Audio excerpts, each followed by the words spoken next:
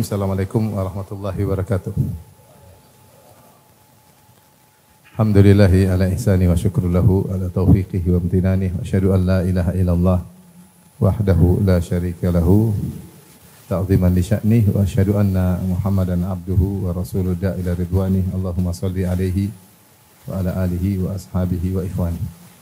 Hadirin hadirat yang dirahmati oleh Allah Subhanahu wa taala, pada kesempatan kali ini kita akan bahas tentang menggapai cinta Allah Subhanahu wa taala, yaitu bagaimana agar kita bisa dicintai oleh Rabbul Alamin. Tentunya ini hal yang sangat luar biasa ya. Seorang kalau dicintai oleh pejabat mungkin dia bangga, dicintai oleh seorang raja dia bangga, dekat sama ustadz dia bangga ya. Bagaimana lagi jika dia dicintai oleh penciptanya? Sementara seorang hamba penuh dengan kekurangan, penuh dengan dosa-dosa, penuh dengan kesalahan, selalu merasa butuh kepada Sang Pencipta. Namun ternyata Allah Subhanahu wa taala membuka kesempatan agar sang hamba bisa dicintai oleh Allah Subhanahu wa taala. Ini adalah setinggi-tingginya nikmat, setinggi-tingginya karunia. Oleh karenanya siapa yang bisa dicintai oleh Allah dan telah meraih cinta Allah, maka dia akan mendapat banyak keistimewaan ya. Di antaranya Allah akan membanggakan dia di langit ya. Dalam hadis, innallaha idza ahabba 'abdan nada Jibril. Kalau Allah sudah mencintai seorang hamba, Allah panggil Jibril. Kemudian Allah berkata, ya Jibril, inni uhibbu fulanan fa ahibbah. Wahai Jibril, sungguhnya aku telah mencintai si fulan, maka cintailah dia. Wa nada Jibril ahlas sama. Kemudian Jibril pun memanggil para malaikat, memberi pengumuman, innallaha ahabba fulanan fa ahibbuh. Sungguhnya Allah telah mencintai si fulan, maka cintailah dia. Maka orang telah dicintai oleh Allah, disohorkan oleh Allah di tengah-tengah makhluk-makhluk yang mulia, itu para malaikat di langit sana. Kemudian di antara keistimewaan orang yang sudah dicintai oleh Allah Subhanahu wa taala, maka dia tidak akan diadab oleh Allah Subhanahu wa taala. Dalam Al-Qur'an Allah berfirman tentang pengakuan orang-orang Yahudi dan Nasara, mereka mengakui, mempropagandakan bahwasanya mereka pilihan Allah dan kekasih-kekasih Allah. Kata Allah, wa qalatil yahudu wan nasara nahnu abna'ullahi wa ahibba'uh. Berkata Yahudi dan Nasrani, kami adalah pilihan Allah, anak-anak Allah, dan kami kekasih-kekasih Allah. Mereka mengatakan kami kekasih Allah. Maka Allah bantah, kul falima yu'adzibukum bidunubikum bal antum basyarun mimman khalaq. Kalau kalian dicintai oleh Allah, kenapa ada di antara kalian diadab oleh Allah? Diadab oleh Allah. Tapi kalian sama seperti yang lain. Suku Yahudi sama dengan suku yang lain, tidak ada istimewanya ya, sama. Yang beriman dicintai oleh Allah, yang bermaksiat dibenci oleh Allah Subhanahu wa taala. Di sini ayat ini Allah suruh Nabi bantah mereka ketika mereka mengaku kami kekasih Allah. Di antara bantahan sangat mudah. Kalau kekasih enggak mungkin disiksa oleh Allah Subhanahu wa taala. Bukankah di antara orang-orang terdahulu kalian ada yang dirubah menjadi monyet dan babi-babi? Allah berkata kepada sebagian kalian, kunu qiradatan khasiin. Jadilah kalian kera-kera yang hina. Ya. Wa ja'ala minhumul qiradata wal khanazir. Di antara mereka ada yang Allah rubah jadi babi-babi dan monyet-monyet. Kalau kalian suku yang dicintai oleh Allah, kenapa ada yang pernah dirubah jadi babi, ada yang dirubah jadi monyet, disiksa di dunia sebelum di akhirat?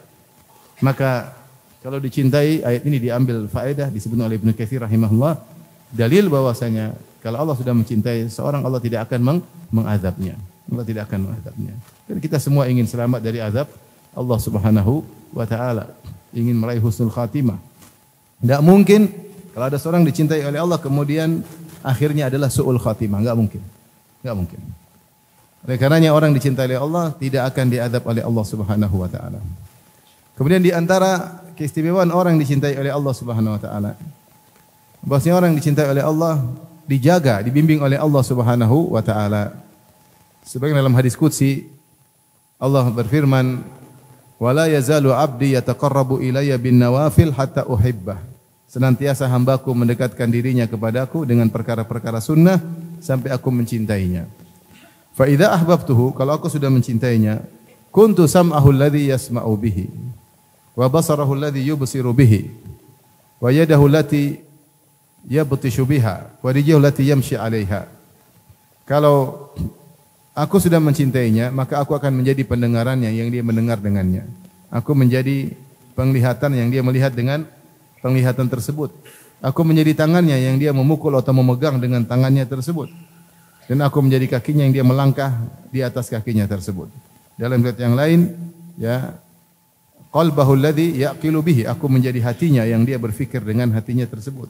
Wa lisanahu alladhi yantiqu bihi, dan aku menjadi lisannya yang dia berbicara dengan lisan tersebut. Kata para ulama, maksud dari hadis ini bahwasanya Allah akan membimbingnya. Allah akan menjaga pandangannya, Allah akan menjaga pendengarannya, Allah akan menjaga hatinya, Allah menjaga lisannya, Allah menjaga tangannya, Allah menjaga kakinya. Bukan berarti kalau orang dicintai oleh Allah kemudian jadi maksum, enggak. Tetapi secara umum dia terjaga. Namanya orang pasti akan terjerumus dalam kesalahan, tapi secara umum dia terjaga. Dia tidak akan betah melihat yang haram. Dia akan gelisah karena dia dicintai oleh Allah Subhanahu wa taala. Dia tidak akan betah mendengar yang haram. Dia akan gelisah, sesak hatinya ketika mendengar perkara-perkara yang haram. Kenapa? Karena dicintai oleh Allah Subhanahu wa taala. Dia tidak akan membiarkan akalnya berfikir dengan sembarangan, memikirkan hal yang tidak bermanfaat. Ngapain saya berfikir yang tidak bermanfaat? Ngapain mikir hal yang tidak ada gunanya? Apalagi berfikir pikiran yang jorok, pikiran yang tidak benar. Kenapa? Karena Allah menjaga hatinya. Karena Allah mencintainya. Lisannya akan dijaga, dia tidak akan berbicara hal-hal yang haram, hal yang tidak bermanfaat, yang dilarang oleh Allah Subhanahu wa taala. Kenapa? Karena dia telah dicintai oleh Allah Subhanahu wa taala. Kemudian dia akan cinta dengan ibadah. Maka ini di antara keistimewaan orang yang telah dicintai oleh Allah Subhanahu wa taala, bahwasanya dia dijaga oleh Allah Subhanahu wa taala. Kemudian di antara keistimewaan orang yang dicintai oleh Allah Subhanahu wa taala, orang ini akan senang dekat dengan Allah Subhanahu wa taala. Kenapa? Karena Allah mencintainya. Kalau Allah mencintainya, Allah senang dia dekat dengan Allah. Iya atau tidak? Kalau kita mencintai seorang, kita senang enggak orang itu dekat dengan kita? Iya, walillahil matsalul a'la. Maka Allah akan senang dia dekat dengan Allah sehingga terlihat orang ini semangat beribadah. Semangat baca Quran, semangat ikut pengajian, semangat salat malam, semangat bersedekah, semangat berkhalwat, berdua-duaan dengan Allah Subhanahu wa taala. Kenapa? Karena dia dicintai oleh Allah Subhanahu wa taala. Ini semua keistimewaan orang yang dicintai oleh Allah Subhanahu wa taala. Tapi ada yang keistimewaan terakhir yang mungkin kurang menyenangkan untuk didengar. Yaitu orang kalau dicintai oleh Allah suka diuji oleh Allah. Kata Nabi sallallahu alaihi wasallam, "Innallaha idza ahabba qauman ibtalahum." Sungguhnya kalau Allah sudah mencintai suatu kaum, Allah akan uji. Jadi jangan pikir kalau dicintai oleh Allah kemudian kaya raya, senang-senang, ketawa terus. Kalau ketawa terus orang gila ya, enggak. Enggak. Ternyata orang yang dicintai oleh Allah suka diuji oleh Allah Subhanahu wa taala. Innallaha idza ahabba qauman ibtalahum. Sungguhnya jika Allah mencintai suatu kaum, Allah akan uji mereka. Dalam hadis yang lain, man yuridillahu bihi khairan yusib minhu. Siapa yang Allah suka kebaikan besar untuknya, Allah akan timpakan musibah baginya. Oleh karena ketika Nabi SAW ditanya, ya, ayun nasi asyaddu bala'an? Man asyaddu nasi bala'an? Siapa orang yang paling berat musibahnya, ujiannya? Kata Nabi SAW, al-anbiya, para nabi. Thumma salihun, kemudian orang-orang soleh. Thummal amsal fal amsal, kemudian selanjutnya dan selanjutnya. Ini dalil bahwasanya semakin dicintai oleh Allah maka siap diuji dengan ujian yang banyak. Ya. Karena semakin diuji dia semakin naik level, semakin dekat dengan Allah, semakin dekat dengan Allah, semakin tinggi keyakinannya. Bukankah orang kalau diuji kemudian dia berhasil lulus, tambah yakin dia. Diuji lagi, dia lulus lagi, tambah yakin lagi. Semakin dekat dengan Allah, ternyata Rabbku mencintaiku. Rabbku memberi solusi kepadaku. Dia semakin dekat dengan Allah Subhanahu wa taala. Ini salah satu keistimewaan orang yang dicintai oleh Allah Subhanahu wa taala. Semakin dicintai, semakin berat apa? Ujiannya. Tetapi ujian tersebut mendatangkan kebaikan untuknya. Ikhwan dan akhwat yang dirahmati Allah Subhanahu wa taala. para hadirin hadirat yang dirahmati oleh Allah Subhanahu wa taala. Karenanya Syekh As-Sa'di rahimahullah dalam tafsirnya menyatakan bahwasanya nikmat teragung, karunia terbesar adalah dicintai oleh Allah Subhanahu wa taala. Dicintai oleh Allah Subhanahu wa taala. Ya.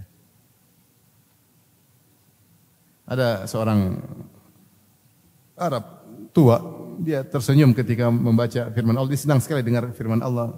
Innal muttaqina fi jannati wa nahar fi maq'adi sidqin 'inda malikin muqtadir. Dia ketika baca ayat ini dia begitu gembira, begitu senang. Allah mengatakan sungguhnya orang-orang yang bertakwa fi jannati wa nahar. Di akhirat kelak akan berada di surga yang surga tersebut banyak sungai-sungainya. Fi maq'adi sidqin 'inda malikin muqtadir. Di suatu tempat duduk yang benar, di suatu posisi yang benar di sisi Malikin Muqtadir, di sisi Allah yang Subhanahu wa taala, sang penguasa, sang pemilik yang sang maha kuasa. Maka dia gembira sekali bagaimana di akhirat kemudian dekat dengan Allah Subhanahu wa taala. Karenanya kita harus sadar dan harus diingatkan dan disadarkan kita sekarang hidup di alam dunia dan ini hanya sebentar. Setelah ini kita akan masuk dalam alam yang abadi, itu alam akhirat. Yang dunia ini bukanlah tempat tinggal, cuma tempat lewat. Darul ubur, hanya tempat lewat. Kemudian semua akan kembali kepada tempat yang sesungguhnya di akhirat kelak. Yang kata Allah Subhanahu wa taala, fariqun fil jannah wa fariqun fis sa'ir. Sekelompok masuk neraka dan sekelompok masuk surga. Kita tidak tahu bagaimana kesudahan kita. Maka kita harus saling mengingatkan untuk bisa meraih cinta Allah kepada kita agar kita bahagia bukan cuma di dunia, terlebih lagi bahagia di akhirat dengan kebahagiaan yang abadi dan selama-lamanya. Tapi bagaimana kiat-kiat agar kita bisa dicintai oleh Allah Subhanahu wa taala, ya. Adapun mengaku cinta kepada Allah itu tidak penting. Yang penting engkau dicintai Allah atau tidak. Kata Ibnu Al-Qayyim rahimahullahu taala, "Laisa sya'nu an tuhib, wa innama asy-sya'n an tuhab." Bukan perkaranya engkau mencintai, tapi yang paling penting apakah kau dicintai atau tidak. Sebagaimana sudah kita sampaikan tadi, orang Yahudi dan Nasara mengaku-ngaku kekasih Allah. Nahnu abna'ullahi wa ahibba'uh. Kami adalah anak-anak Allah, kami adalah pilihan-pilihan Allah, kami adalah kekasih-kekasih Allah. Tetapi hanya pengakuan yang tidak benar. Ternyata Allah tidak mencintai mereka.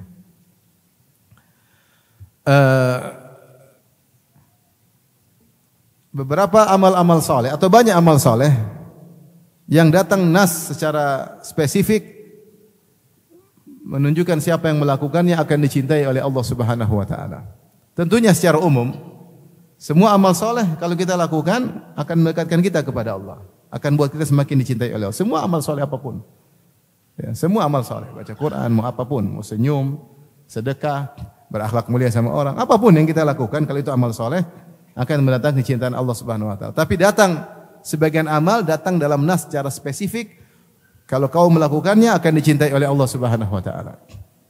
Di antara amalan tersebut, dan saya rasa kita butuh dengan amalan ini agar kita bahagia di dunia dan akhirat, ya, yaitu bersabar. Allah berfirman, "Wallahu yuhibbus sabirin." Allah mencintai orang-orang yang sabar. Jangan bilang, "Ustaz, saya sudah sabar." Jangan diajarin sabar. Ya. Sebagian orang pernah minta nasihat sama saya, "Ustaz, saya ada masalah, tolong nasihati saya, tapi jangan bilang sabar. Selain sabar." Ya. Jangan pernah kita merasa hebat dalam bersabar. Nabi SAW disuruh bersabar. Siapa yang merasa hebat daripada Nabi? Allah mengatakan, "Wasbir kama sabara ulul azmi minar rusul." Kata Allah, "Wahai Muhammad, bersabarlah sebagaimana para ulul azmi kalangan para rasul yang bersabar." Allah juga berfirman setelah menceritakan kisah Nabi Nuh. Kata Allah Subhanahu wa taala, "Tilka min amba'il ghaibi nuhiha ilaik. Ma kunta ta'lamuha anta wala qaumuka min qabli hadza. Fasbir innal 'aqibata lil muttaqin." Ini di antara cerita gaib yang kami ceritakan kepada engkau wahai Muhammad tentang kisah Nabi Nuh, bagaimana dakwahnya 950 tahun dengan penuh kesabaran. Ma kunta ta'lamuha, kau tidak pernah tahu kisah ini sebelumnya. Wala qaumuka, demikian juga kaummu tidak pernah tahu tentang kisah ini. Fasbir, kalau gitu bersabarlah. Setelah Allah ceritakan kisah Nabi Nuh yang sangat sabar, Allah menyuruh Nabi untuk meniru Nabi Nuh. Kata Allah, fasbir, bersabarlah. Innal aqibata lil muttaqin. Sungguhnya kesudahan yang indah bagi orang-orang yang bertakwa. Oleh karenanya, di antara amalan yang sangat mulia, yang mudah mendatangkan cinta Allah kepada seorang hamba adalah dia bersabar. Kalau dia belum bersabar, maka dia bersabar. Kalau dia sudah bersabar, pertahankan sabarnya. Pertahankan sabarnya. Bersabar tidak mudah, apalagi mempertahankan apa? Kesabaran. Oleh yang kita dapati di antara kebiasaan para salaf, para ulama dahulu, kalau mereka bertemu, kemudian mereka berpisah, di antara kebiasaan mereka adalah mereka membacakan surat Wal Asr. Apa isi surat Wal Asr? Wal Asr innal insana lafi khusr. Ila alladziina amanu wa amilus solihat wa tawasaw bil haqq wa tawasaw bis sabr. Demi masa, sungguhnya manusia semuanya dalam kerugian. Kecuali orang yang beriman dan beramal saleh. Kemudian wa tawasaw bil haqq, yaitu saling menasihati, mewasiatkan dalam kebenaran. Yang terakhir wa tawasaw bis sabr, saling menasihati dalam kesabaran. Kata para ulama, seorang berdasarkan ayat ini tenggelam dalam kerugian. Dia dikelilingi oleh kerugian dan dia hanya bisa lepas dari kerugian tersebut jika telah melakukan 4 amalan. Yang pertama beriman. Kalau beriman aja belum cukup, dia masih rugi. Yang kedua beramal saleh. Beramal saleh juga masih belum cukup, dia masih rugi. Yang ketiga saling berwasiat dalam kebenaran, yaitu beramar ma'ruf nahi munkar. Itu pun belum cukup, dia masih rugi. Dia baru lepas dari segala kerugian kalau dia menyempurnakan yang keempat, wa tawasau bis sabar, saling mewasiatkan untuk bersabar. Para ulama dahulu mereka orang-orang sabar, tapi mereka saling mengingatkan. Kenapa? Karena sabar butuh continue. Seorang bisa bersabar setahun, 2 tahun, 3 tahun, 4 tahun, tahun kelima mungkin tidak sabar lagi. Sabar butuh kesinambungan. Maka mereka saling mengingatkan untuk bersabar. Ini ciri orang soleh. Ingat, sabar, sabar. Saya sudah sabar, ya, tak pertahankan. Tingkatkan kesabaranmu. Oleh karenanya ketika Nabi Ayyub alaihissalam bersabar, ternyata istrinya mulai tidak sabar. Maka Nabi Ayyub mengatakan, "Ma ansafti." Dalam riwayat disebutkan, "Kau tidak adil wahai istriku. Kita telah diberi nikmat berapa tahun? 70 tahun atau 80 tahun. Sekarang kita baru dikasih penyakit berapa? Baru 7 tahun. Kau tidak adil. Harusnya kalau mau adil, bersabar 70 tahun. Sebagaimana kita diberikan kekayaan 70 tahun. Kau tidak adil wahai istriku." Disebutkan syaitan pun mengatakan Ayub sudah mempersiapkan dirinya untuk sabar 70 tahun. Oleh karenanya Allah berfirman, "Innal insana li rabbih lakanud." Sungguhnya manusia itu suka ingkar, kanud, berkeluh kesah, ingkar dengan kenikmatan yang Allah berikan kepadanya. Apa kata Hasan Al-Basri? Yadhkurul masaib wa yansan ni'am. Hanya ingat-ingat musibah, lupa dengan nikmat-nikmat yang selama ini Allah berikan kepada dia. Manusia kenapa tidak sabar? Dia ingat-ingat musibah yang ditimpanya. Dia baru sakit sehari 2 hari dia lupa bahwasanya selama ini dia sehat selama puluhan tahun. Dia baru rugi sekali dagang, 2 kali dagang, dia lupa selama ini dia untung melulu. Ya. Dia baru mungkin bangkrut setahun 2 tahun bangkrut, selama ini dia kaya raya mungkin 5 tahun, 6 tahun, 7 tahun atau lebih. Sehingga dia mengatakan, kenapa Allah beginikan saya, kenapa Allah ginikan saya. Itu tidak adil. Itu tidak adil. Ya. Oleh karenanya sabar ini ibadah yang sangat berat, tetapi sangat mudah mendatangkan cinta Allah kepada hambanya. Maka kalau seorang diuji, dia bersabar. Saya ingatkan ikhwan dan akhwat yang rahmati Allah Subhanahu wa taala. Sabar agar bisa mendatangkan cinta Allah Subhanahu wa taala. Ya, sabar tersebut harus continue, terus berkesinambungan. Kapan kita lupa, kita sabar lagi. Dan agar bisa sabar kita bisa continue, perhatikan 2 hal. Pertama, yakin bahwasanya yang bisa menyabarkan kita hanyalah Allah Subhanahu wa taala. Jangan mengandalkan ilmu kita, jangan mengandalkan akhlak kita, jangan mengandalkan kebiasaan kita. Allah mengatakan, "Wasbiru wa ma sabruka illa billah." Sabarlah wahai Muhammad. Dan tidaklah kau bisa bersabar kecuali dengan Allah Subhanahu wa taala.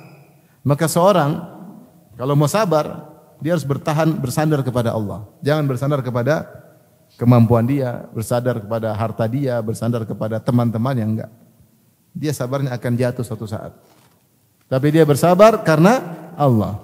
Allah yang bisa bikin dia sabar.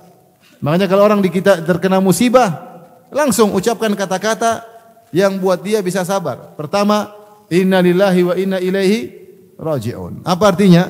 Sungguhnya kami ini milik Allah dan kami akan dikembalikan kepada siapa? Allah. Kalau milik Allah terserah Allah, bikin kita ngapain terserah Allah. Terserah Allah. Allah mau kasih sakit, Allah mau kasih sehat, Allah mau kasih miskin, Allah mau kasih kaya. Kita ini milik siapa? Allah. Dia mau ngapain kita, dia yang lebih tahu terbaik untuk kita. Dia yang lebih tahu tentang terbaik bagi kita daripada kita sendiri. Jangan lupa inna lillahi wa inna ilaihi raji'un. Alladzina idza asabatum musibatun qalu inna lillahi wa inna ilaihi raji'un. Allah sebutkan tentang penghuni surga. Siapa orang-orang tatkala terkena musibah, mereka mengatakan inna lillahi wa inna ilaihi raji'un. Ulaika alaihim salawatu min rabbi wa rahmah wa ulaika humul muhtadun. Mereka itulah orang-orang yang mendapatkan karunia dari Allah, rahmat dari Allah, mereka yang dapat hidayah. Jadi jangan lupa ketika kena musibah, inna lillahi wa inna ilaihi raji'un. Ingatkan, saya ini toh makhluk, hamba di bawah naungan Sang Pencipta. Wa ma min dabbatin illa 'ala Allahi wa man min dabbatin fil ardi mana ayatnya? Ma min dabbatin illa huwa akhidhun bin nasiyatiha. Tidak ada makhluk apapun illa huwa akhidhun bin nasiyatiha kecuali Allah memegang ubun-ubunnya. Allah ngurus kita. Kemudian yang kedua, kalau terkena musibah jangan lupa bilang apa? Alhamdulillah ala kulli hal. Coba ucapkan alhamdulillah ala kulli hal. Rugi alhamdulillah ala kulli hal. Istri ngomel-ngomel alhamdulillah ala kulli hal. Sakit alhamdulillah ala kulli hal. Barang dicuri alhamdulillah ala kulli hal. Anak meninggal alhamdulillah ala kulli hal. Apa maknanya? Segala puji bagi Allah dalam segala kondisi.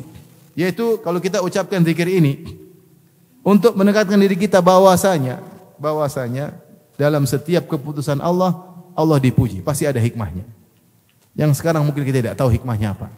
Kadang Allah buka di dunia, kadang Allah buka di akhirat. Betapa banyak musibah menimpa kita, setelah itu kita renungkan. Ternyata musibah ini lebih baik menimpa saya daripada saya tidak terkena musibah. Terkadang di antara rahmat Allah, Allah buka hikmah tersebut di dunia. Ya. Makanya ketika seorang tidak tahu apa hikmah, dia puji Allah aja.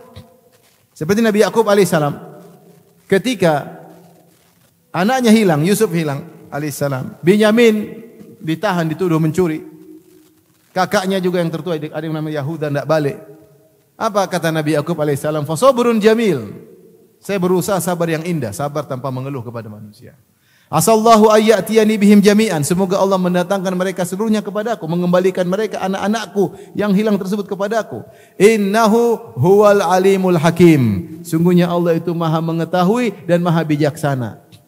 Yakub enggak tahu apa hikmahnya, tapi dia yakin di balik ini semua pasti ada hikmah. Maka dia puji Allah, dia berkata, innahu huwal alimul hakim. Sungguhnya Allah Maha berilmu, dia tahu apa yang dia lakukan. Al-Hakim dan Maha bijaksana. Maka terkena musibah supaya sabar bilang apa? Alhamdulillah ala kulli hal. Tanya. Yang ketiga, agar sabar ketika terkena musibah. Bilang apa? Qadarallah wa masya fa'al. Ya. Lau asabaka syai' fala taqul lau, walakin qul lau anni fa'altu kadza wa kadza, walakin qul qadarallah masya fa'al. Kalau kau tertimpa sesuatu, jangan bilang seandainya saya begini, seandainya saya begini. Karena tidak akan merubah kondisi. Sudah terlanjur. Tetapi walakin qul, tapi katakanlah qaddarallah wa masya fa'al. Allah mentakdirkan dan apa yang Allah kehendaki itu yang terjadi. Makanya ketika Umar bin Khattab ditikam ketika sedang salat, dia mengatakan ya dia kemudian bacakan firman Allah dalam surat Al-Ahzab, wa kana amrullahi qadaran maqdura. Sungguhnya takdir Allah pasti terjadi. Ketika Thalha bin Ubaidillah ditikam juga dalam perang Jamal, dia berkata ayat yang sama. Wa kana amrullahi qadaran maqdura. Sungguhnya takdir Allah yang berlaku. Tidak bisa kita menghindar dari takdir Allah. Ini sudah keputusan Allah. Sabar. Sabar. Kemudian yang keempat, kalau kita terkena musibah, tidak ada salahnya kita berdoa, bahkan doa dianjurkan oleh Nabi sallallahu alaihi wasallam, kita berdoa, Allahumma ajurni fi musibati wa akhlif li khairan minha. Ya Allah, berilah aku ganjaran dalam musibahku ini. Ini musibah, benar musibah, tapi mendatangkan ganjaran. Di dunia Allah akan berikan atau di akhirat. Wa akhlif li khairan minha, ganti dengan yang lebih baik. Berikan aku ganjaran dan ganti lebih baik.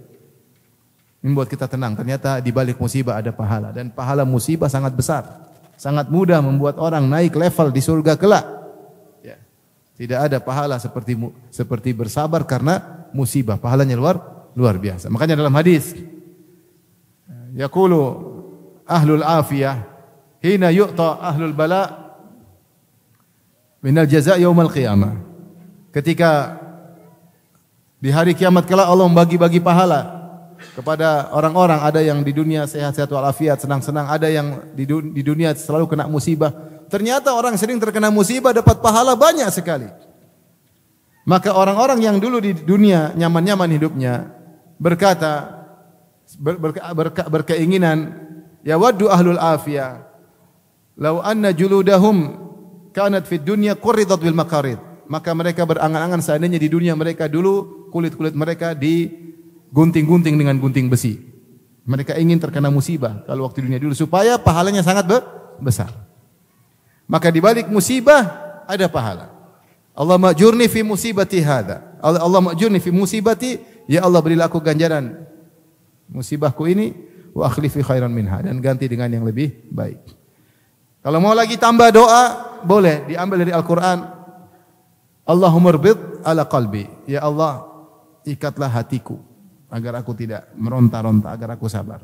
Ini dalam dua ayat Allah sebutkan, wa rabatana ala qulubihim idh qamu faqalu rabbuna rabbus samawati wal ard lan na'du min dunihi ilaha. Laqad qulna idzan syatata. Ketika para pemuda yang beriman tentang kisah Ashabul Kahfi, mereka cuma 7 orang. Mereka harus berhadapan dengan suatu negeri seluruhnya yang kafir kepada Allah. Maka mereka ketika dipanggil, dimuhakamah, diadili, mereka kuat untuk berkata, kami tidak berbuat syirik, kami tidak akan ikut agama kalian. Kenapa mereka bisa kuat ngomong begitu? Kata Allah, wa rabatana ala qulubihim. Kami ikat hati mereka sehingga mereka bisa tegar apapun resikonya. Demikian juga ketika Allah sebutkan tentang kisah ibunya Nabi Musa. Ketika Allah mewahyukan ibunya Nabi Musa, karena Nabi Musa mau dibunuh, maka diletakkan di dalam suatu keranjang, kemudian dilepaskan di sungai Nil. Ketika Musa diambil oleh keluarga Fir'aun, ibunya hampir teriak, itu anakku.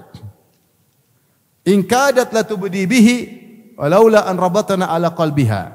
Hampir saja dia bilang, itu putraku, jangan ambil. Kalau dia teriak, Musa akan dibunuh. Walaula an rabatna ala qalbiha, tapi kami ikat hatinya sehingga dia bertahan. Bertahan.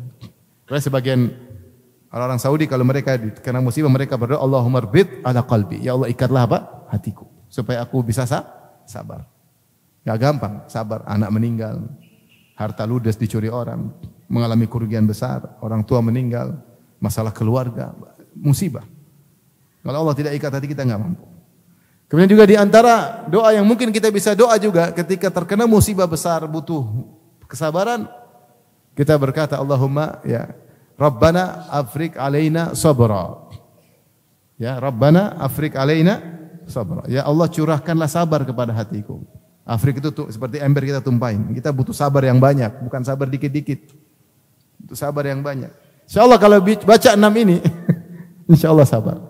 Insyaallah sabar. Dan ini menunjukkan kita enggak bisa sabar kecuali Allah yang sabarkan. Kalau antum sudah sabar, tingkatkan kesabaran. Kalau antum sudah sabar, tingkatkan kesabaran. Agar bisa continue. Sabar bertingkat-tingkat. Kalau semakin tinggi level. Yang pertama sabar. Jadi tingkat pertama sabar. Sabar ini apa? Dari bahasa Arab namanya al-habsu, menahan. Menahan agar tidak emosi, agar tidak melakukan perbuatan yang menunjukkan protes dengan keputusan Allah, seperti robek-robek baju, pukul-pukul badan, banting-banting jambak-jambak rambut, lempar piring. Kata Nabi sallallahu alaihi wasallam, "Laisa minna man darabal khududa wa syaqqal juyuba wa da'a bid'awal jahiliyah." Bukan dari golongan kami orang terkena musibah lantas dia pukul-pukul pipinya, robek-robek bajunya. Kenapa perbuatan mukul-mukul pipi, robek-robek baju, jambak-jambak rambut? Menunjukkan tidak sabar. Maka dia tidak termasuk orang yang sabar. Dan ini derajat paling rendah. Sabar paling rendah itu hati bergejolak tetapi dia tahan. Dia mau teriak tapi dia tahan. Dia mau mukul dia tahan. Ya, yang kata Rasulullah SAW, bukanlah laisa syadidu bisur'ah walakinna syadida man yamliku nafsahu indal ghadab. Bukanlah orang yang hebat yang kuat adalah yang menang gulat perkelahian. Tapi orang hebat orang yang bisa mengontrol dirinya ketika dia sedang marah. Maka ketika seorang terkena musibah dia bersabar, tingkatan rendah itu dia mau bergejolak tapi dia tahan, itu sabar. Dapat pahala luar biasa, dicintai oleh Allah. Kenapa dia bersabar? Tapi ini sabar yang paling rendah. Sabar yang lebih tinggi lagi namanya ridha. Dia ridha. Yaitu dia ridha, tidak ada gejolak, ridha. Apa yang Allah tetapkan saya ridha. Saya ridha. Tidak ada marah sama sekali. Tidak marah. Tidak ada protes sama sekali. Kalau tadi masih ada protes tapi dia lawan, itu sudah dapat pahala. Kita mungkin derajat yang pertama. Jengkel tapi aduh. Tapi kita lawan. Ketika kita lawan, kita tahan diri, kita dicintai oleh Allah. Lebih daripada itu, tingkat lebih tinggi ridha. Kena musibah ridha. Saya ridha keputusan Allah. Ya, keputusan Allah. Lebih tinggi lagi, kata Ibnu Taimiyah rahimahullah, kalau dia melakukan pengamatan iman, dia merenungkan, jadi derajat syukur. Syukur itu gimana? Alhamdulillah Allah kasih musibah. Kalau saya lebih senang terkena musibah daripada tidak. Kenapa? Di balik musibah ini pasti banyak hikmahnya. Dia bersyukur. Tapi siapa yang bisa begitu? Diomelin istri, syukur alhamdulillah. Diomelin suami, syukur alhamdulillah. Enggak. Tapi mau saya sabar itu bertingkat. Semakin kita tinggi derajatnya, semakin dicintai oleh Allah Subhanahu wa taala. Maka saya di sini tidak lain menasihati diri saya pribadi, kita sama-sama bersabar. Karena di antara ciri orang yang terhindar dari kerugian, kata Allah, wa tawasau bis sabar. Saling menasihati untuk bersabar. Mengantum bilang, saya sudah sabar Ustaz, ya udah, lanjutkan sabarmu. Tingkatkan level sabarmu.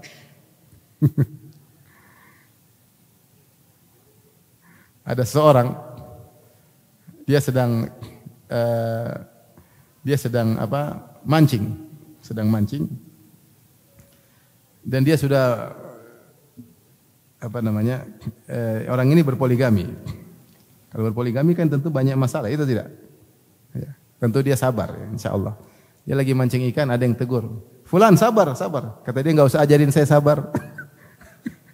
Saya sudah biasa sabar dalam apa? Kehidupan. Enggak, meskipun kau sudah sabar harus diingatkan. Sabar tuh Nabi aja diingatin suruh sabar, apalagi kita. Nabi kurang sabarnya kurang apa? Allah sabar, kata Allah sabar. Bahkan Allah ceritakan kisah Nabi Nuh agar Nabi sabar. Allah kisahkan Nabi Musa agar Nabi sabar. Allah kisah Nabi Nuh agar Nabi sabar. Nabi disuruh sabar, apalagi kita. Para sahabat disuruh sabar, apalagi kita. Kenapa? Karena sabar ini salah satu cara mudah untuk meraih cinta Allah Subhanahu wa taala. Kapan kita sabar, Allah cinta sama kita. Dan yang membuat kita mudah untuk sabar, inna wallahu yuhibbus sabirin. Ingat ayat ini. Wallahu yuhibbus sabirin. Allah mencintai orang-orang yang bersabar. Siap untuk bersabar? Siap, insyaallah. Semoga kita dicintai oleh Allah Subhanahu wa taala. Kemudian di antara amal saleh yang bisa mendatangkan cinta Allah kepada hambanya, di antaranya adalah memaafkan. Di antaranya adalah memaafkan. Ketika Allah menceritakan tentang orang-orang bertakwa, kata Allah Subhanahu wa taala, ya, tentang surga, kata Allah, "Uiddat lil muttaqin." Kata Allah, bersegeralah menuju surga Allah yang luasnya seluas langit dan bumi. Wasailul maghfirati min rabbikum wa jannatin arduha samawati wal ardu. Uiddat lil muttaqin. Yang surga yang luas tersebut Allah sediakan bagi orang bertakwa. Siapa orang bertakwa? Kata Allah, alladzina yunfiquna fis sarra'i wad dharra'i wal kadhiminal ghaidh wal 'afina 'anil nas wallahu yuhibbul muhsinin. Orang bertakwa yang Allah siapkan surga buat mereka, yang senantiasa bersedekah. Dalam kondisi lapang mereka bersedekah. Dalam kondisi sulit mereka tetap bersedekah. Mungkin nominalnya tidak sebanyak ketika sedang lapang, tapi mereka tetap bersedekah. Wal kadhiminal ghaiz, orang-orang yang meredam amarah. Wal afina 'anil nas, orang-orang yang memaafkan orang lain yang menzaliminya. Kemudian Allah akhiri ayat yang berkata, wallahu yuhibbul muhsinin. Allah mencintai orang-orang berbuat ihsan. Siapa yang melakukan sifat ini, senantiasa bersedekah, senantiasa meredam amarah, senantiasa memaafkan, maka dicintai oleh Allah Subhanahu wa taala. Namun ini bukan perkara mudah. Bukan perkara mudah.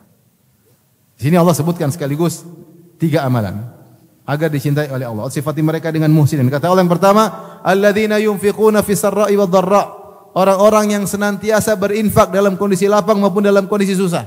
Karena Allah datangkan dengan fi'il mudhari'. Fi'il mudhari' kalau bahasa Inggris apa?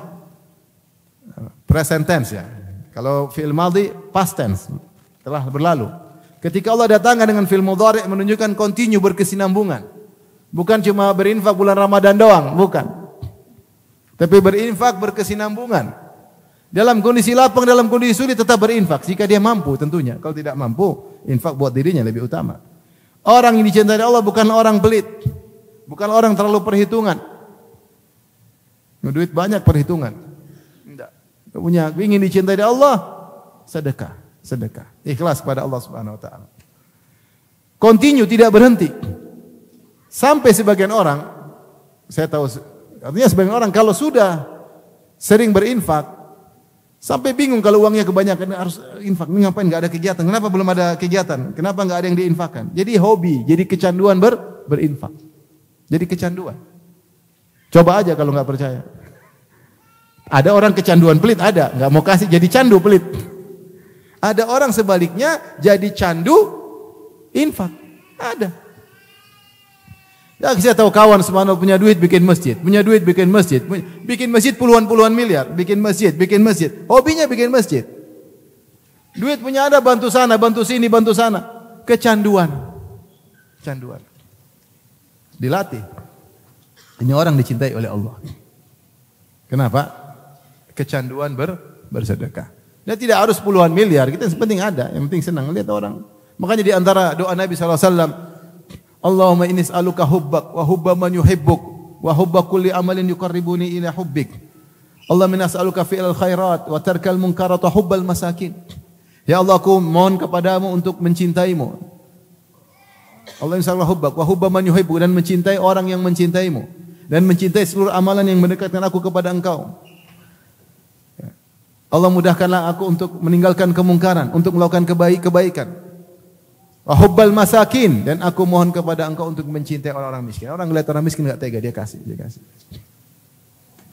Jadi kalau ingin dicintai Allah, di antaranya suka bersedekah, jangan pelit-pelit. Apalagi kalau ada keluarga yang minta, masya Allah, pahalanya double. Pahala infak, pahala silaturahmi. Kesempatan, ada kakak, ada adik, bang, ada duit enggak? Oh ada, tenang aja. Bismillah, ada, kasih. Dia lagi butuh. Dan dia adik kita, dia kakak kita, dia tante kita, dia om kita. Apalagi orang tua kita. Kesempatan meraih cinta Allah Subhanahu wa taala. Jangan, kecuali antum enggak ada uang. Enggak ada uang, oke, saya juga enggak punya uang. Lain cerita. Itu pun Allah katakan kalau kau enggak punya uang, katakan yang baik. Kata Allah Subhanahu wa taala ketika kata Allah, wa atidzal qurba haqqahu wal miskina wa ibnas sabili wa la tubadzir tabdzira. Berilah karib kerabat hak mereka. Allah dahulukan fakir miskin, karib kerabat sebelum fakir miskin. Karib kerabat lebih utama kita perhatikan. Wa atidzal qurba haqqahu wal miskina wa ibnas sabil wa la tubadzir tabdzira. Innal mubadzirina kanu ikhwana syayatin wa kana syaitan rabbih kafura. Kemudian kata Allah, kalau kau tidak mampu beri kerabat, wa imma tu'ridanna anhum ibtigha'al rahmati min rabbika tarjuha faqul lahum qawlan maysura. Kata Allah, kalau ternyata kau tidak mampu memberi kepada kerabatmu, duit enggak ada. Ibtigha' rahmati min rabbik, dan kau berharap suatu saat saya punya uang kasih dia. Ya Allah, ajarkan agar niatmu baik. Ada kakak, ada adik, ada tante, ada om, minta lagi enggak ada. Jangan kita ini minta terusnya, jangan. Latih diri kita. Insyaallah suatu hari saya punya uang saya kasih. Kata Allah, faqul lahum qawlan maysura. Ucapkanlah kata-kata yang enak didengar. Belum ada om, Belum ada qadarullah, mudah-mudahan nanti kalau ada ya. Allah ajarkan agar kita berbuat baik sama keluarga. Kalau bisa kasih, bersyukur kalau ada. Sampai ada orang bilang, Ustaz, kakak saya atau adik saya selalu minta sama saya tiap bulan, Ustaz. Saya bilang, kau bersyukur. Bersyukur bisa kasih sedekah yang pahalanya luar biasa rutin. Kau keluarkan terpaksa mau enggak terpaksa harus bayar. Alhamdulillah Allah jebak engkau sehingga kau bisa kasih sedekah bulanan. Enggak usah cari-cari anak yatim, apalagi janda-janda itu kan adik. Setengah mati kan mau cari janda lagi, cari janda mau kasih adik masih susah. Subhanallah. Oleh karenanya jangan lupa, ingin dicintai Allah, alladzina yunfiqun. Harta ini akan kita tinggalkan. Harta ini kalau kita infakkan, jadi tabungan kita di akhirat. Dan kalau sudah tabungan di akhirat, pasti riba besar-besaran. Pasti riba besar-besaran. Allah mengatakan, man yukridillah qardan hasanan. Siapa yang beri pinjaman kepada Allah. Allah namakan itu pinjaman, pasti Allah ganti. Pasti Allah ganti. Man dzalladzi yukridullaha qardan hasanan. Siapa yang kasih pinjaman kepada Allah? Allah namakan pinjaman, berarti Allah pinjam. Kalau Allah bilang pinjam, Allah ganti atau tidak? Pasti ganti. Kalau yang orang miskin yang pinjam belum tentu ganti, tapi kalau sang maha kaya yang pinjam pasti diganti, dan kalau diganti pasti riba besar-besaran. Minimal 10 kali lipat sampai 700 kali lipat sampai tidak terhitung. Diganti. Maka jangan pelit-pelit supaya dicintai oleh Allah Subhanahu wa taala. Yang kemudian kata Allah ya tadi, alladzina yunfiquna fis sarra'i wad dharra, dalam kondisi lapang, dalam kondisi sulit pun tetap kasih. Kata Nabi sallallahu alaihi wasallam, ittaqin nara walau bi syaqqit tamrah. Bertakwalah kepada Allah, jauhkan diri kalian daripada neraka jahanam meskipun dengan bersedekah sepenggal korma. Sini maksud Rasulullah bagaimana? Bukan suruh kita pelit sedekah sepenggal korma. Maksudnya, kalau kau enggak punya harta banyak, sebisamu. Urusan pahala urusan Allah. Kata Nabi sallallahu alaihi wasallam, sabaqa dirham mi'ata alfi dirham. Satu keping dirham mengungguli 100.000 dirham. Kaifa dzalik? Kok bisa ya Rasulullah? Kata Rasulullah, ini orang lahu dirhaman, dia punya 2 keping dirham. Fakhtara ahsanuhuma, maka dia pilih keping dirham yang terbaik kemudian disedekahkan. Berarti dia sedekah 50% hartanya. 1 dirham tapi itu 50% apa? Hartanya. Sementara yang satunya uangnya mungkin jutaan dirham. Dia ambil 100 dirham, dia bagi dia biasa aja. Jadi kalau harta kita sedikit bukan berarti kita berhenti dari sedekah. Sebisa kita. Beda kalau enggak ada, kecuali di rumah cuma nasi uduk 1 bungkus ya buat kita aja udah. Tetangga enggak bisa. Ini anak istri makan apa? Itu lain cerita. Kalau kita punya, sebisa mungkin kita kasih meskipun sedikit. Urusan pahala serahkan sama Allah. Kata Nabi sallallahu alaihi wasallam, siapa yang bersedekah dengan hartanya yang halal, maka Allah terima dengan tangan Allah Subhanahu wa taala, fayurabbiha kama yurabbi ahadukum fuluwahu. Maka Allah terima pahala sedekah tersebut, kemudian Allah kembangkan sebagaimana salah seorang dari kalian ngurusin kudanya.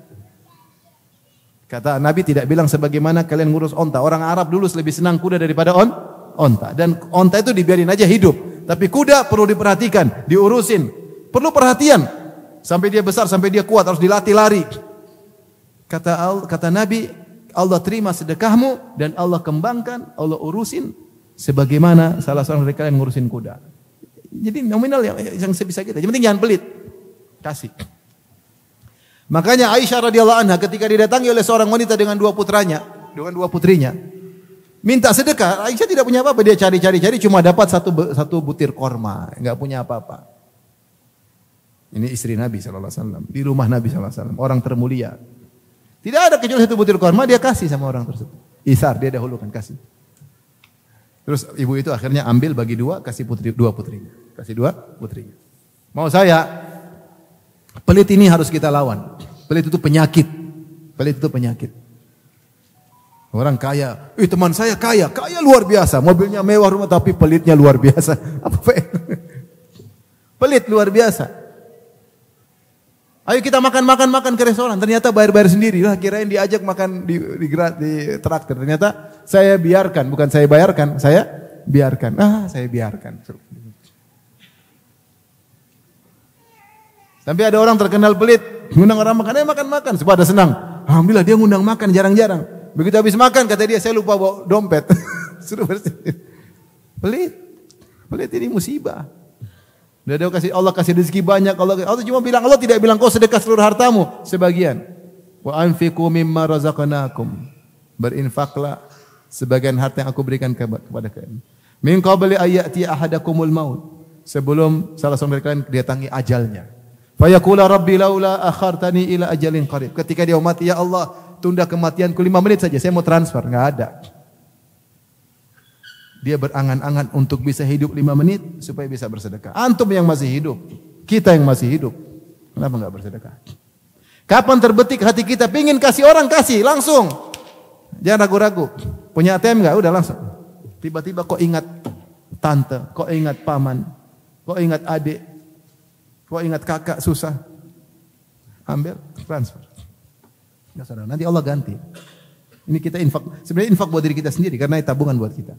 Taib, kata Allah, wal kadhiminal ghaiz, dan meredam amarah. Al kadhimin, ghaiz maksudnya keamarah sudah di puncak. Ibarat air sudah penuh, kalau ditutup bisa meluber, dia tutup pelan-pelan sehingga air tadi enggak jadi luber. Kemarahan sudah di puncak, dia tahan karena Allah, maka Allah cinta orang seperti ini. Yang terakhir, karena waktu sudah habis, wal afina anin nas. Orang yang memaafkan orang lain, dizalimi, harta kita diambil, harga diri kita dijatuhkan, dituduh yang tidak-tidak, direndahkan, dipukul tubuh kita, maafkan. Karena kita ingin dicintai oleh Allah Subhanahu wa taala. Memang berat, tapi itu semakin kita maafkan, kita semakin dicintai oleh Allah Subhanahu wa taala. Dan ini ibadah yang berat. Kenapa? Ibadah memaafkan hanya bisa kita lakukan ketika kita dizalimi. Kalau kita enggak dizalimi, ngapain maafkan? Dan manusia kalau dizalimi pinginnya balas. Kalau dia pukul saya sekali, saya ingin pukul 3 kali. Kalau bisa sampai mati. Sampai dalam sebagian perkataan ulama, sebagian orang terkadang dikasih musibah besar. Kenapa? Dia dizalimi orang. Kemudian dia berdoa, melebihi dari kezaliman tersebut. Saya orang itu pukul dia, ya Allah, dia telah pukul saya, Allah, patahkan tangannya, Allah, patahkan kakinya, ya Allah. Padahal ini orang yang dia zalimi dia, punya anak, punya istri. Akhirnya Allah kabulkan misalnya. Terus anaknya mungkin mati malah, istri jadi janda, anak jadi yatim. Nanti Allah kasih dia musibah. Dia melampaui batas. Melampaui batas. Jadi ini ibadah yang agung, sangat berat. Kenapa hanya kita bisa kita lakukan ketika kita dizalimi. Kita dizalimi, kita maafkan. Siapa yang bisa? Orang hebat yang ingin meraih cinta Allah Subhanahu wa taala. Demikian saja apa yang saya sampaikan.